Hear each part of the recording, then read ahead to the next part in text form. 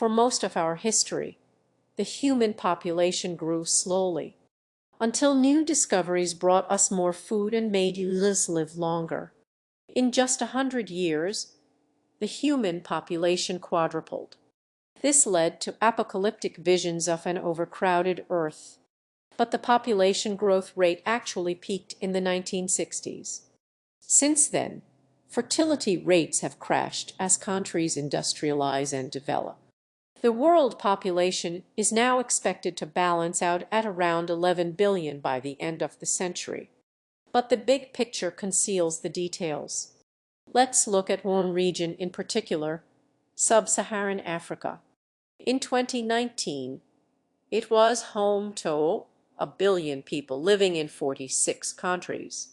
Although its growth rate has slowed down in the last few decades, it's still much higher than in the rest of the world.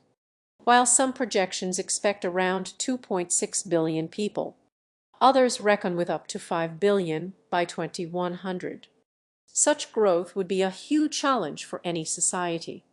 But Sub-Saharan Africa is also the poorest region on Earth. So, is Sub-Saharan Africa doomed? And why do the projections vary by 2.4 billion people? As always, it's complicated. Sub-Saharan Africa is a made-up idea, and in many ways an unhelpful one. Botswana is as far away from Sierra Leone as Ireland is from Kazakhstan, and they have about as much in common. But without generalizing a little bit, this video would be an hour long. We've also talked to many different scientists for this video, and they disagreed on a lot of things, mainly on how much fertility matters to poverty. We've done our best to summarize our research and what they told us, but take it with a grain of salt, and check out our sources where we discuss this in more detail. Okay, let's zoom out to the global perspective again. A few decades ago, many countries in Asia were at a similar point as Sub-Saharan Africa today. Large parts of the population were living in extreme poverty, and birth rates were very high. Take Bangladesh. In the 1960s, the average woman had 7 children in her lifetime. 25 of them died before they turned 5. And of the ones that survived, only 1 in 5 would learn to read and write. Life expectancy was around 45, and per capita income was among the lowest in the world. So beginning in the 1960s, Bangladesh started a family planning program based on 3 main pillars. 1. Education helped to change women's outlook. Women with a higher education tend to want fewer kids and become mothers later in life. 2. Better health care lowered child mortality, leading to parents wanting fewer children because they could expect them to survive. 3. Field workers brought contraceptives even to the remotest areas, which drove contraceptive use from 8 in 1975 to 76 in 2019. Together, these measures greatly slowed down population growth. In 1960, the average Bangladeshi woman had 7 kids. In 1995, 4, and in 2019, it was down to 2. This also changed the country's demographics and the economy. Before, many children were born but died before they got to contribute to society. As far fewer kids die and fewer kids are born, things change. Kids get an education and turn into productive adults. The government was able to shift some of their resources from lowering child mortality to boosting the economy. By 2024, Bangladesh is expected to graduate from the category of least developed countries to the status of a developing economy. Other Asian countries like South Korea, India, Thailand, or the Philippines have gone through a similar process, often even faster.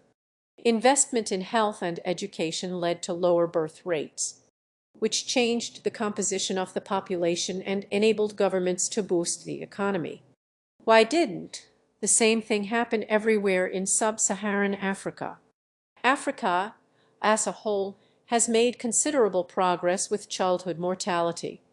But especially in Sub-Saharan Africa, education has improved slower than in other parts of the world. And while in total contraceptive use has doubled in the region since 1990, the unmet need for modern contraception among adolescents is still at about 60. The reasons for this are complicated, and it's impossible to give a single answer here. Africa is a big place with diverse cultures and people, but there are a few main factors. Many sub-Saharan nations have suffered under colonization until only a few decades ago, and had rough transition periods towards independence. The young nations were often ethnically heterogeneous and lacked unity. Some areas have been repeatedly racked by civil wars, military conflicts, or suffered under unstable governments, which made it really hard to expand infrastructure and health care. So Africa had a worse starting point than Asia.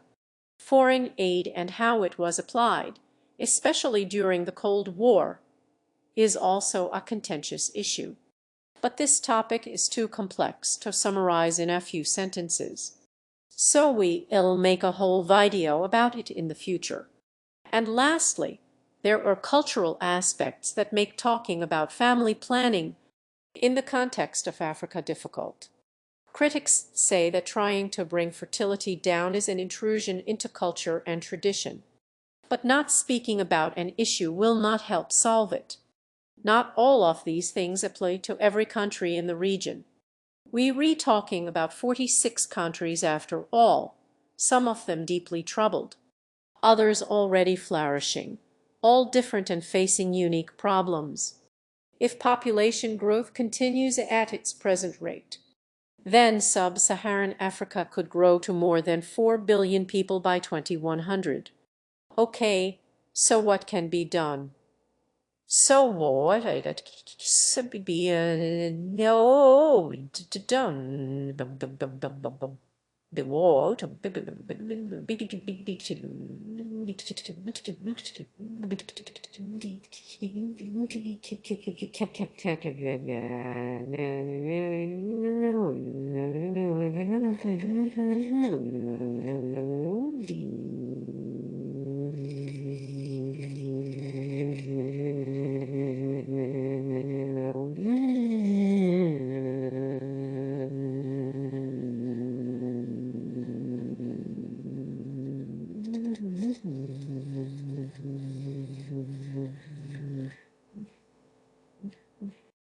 actually, a lot, especially investment and aid that help to build systems for education, family planning, and health care.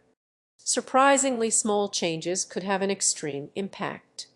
For example, if women get a better education and have their first child just 2 years later in life. This tiny gap between this generation and the next one would lead to 400 million fewer people in 2100 with 3.6 billion in total. If education and family planning are made available to every African woman, universal access to contraception makes having kids a decision. If families get to choose how many kids they want, birth projections fall by 30 to 2.8 billion people. This isn't just theory. There are already examples that are reason for optimism. Ethiopia, the African country with the second biggest population, has made a lot of progress in a relatively short amount of time. Improving health services led to a drop in child mortality from 20 to 7 since 1990, and up to 30 of the annual budget was invested in education, and the number of schools increased 25-fold over 2 decades. So, summarizing, there are serious challenges ahead, but they are far from unsolvable. Sub-Saharan Africa does not need pity or gifts, but attention and fair investment. But at It's a region rich in resources, culture, and potential. If things go right, we'll see it around. Similar to the one we've seen across most of Asia in the last 30 years.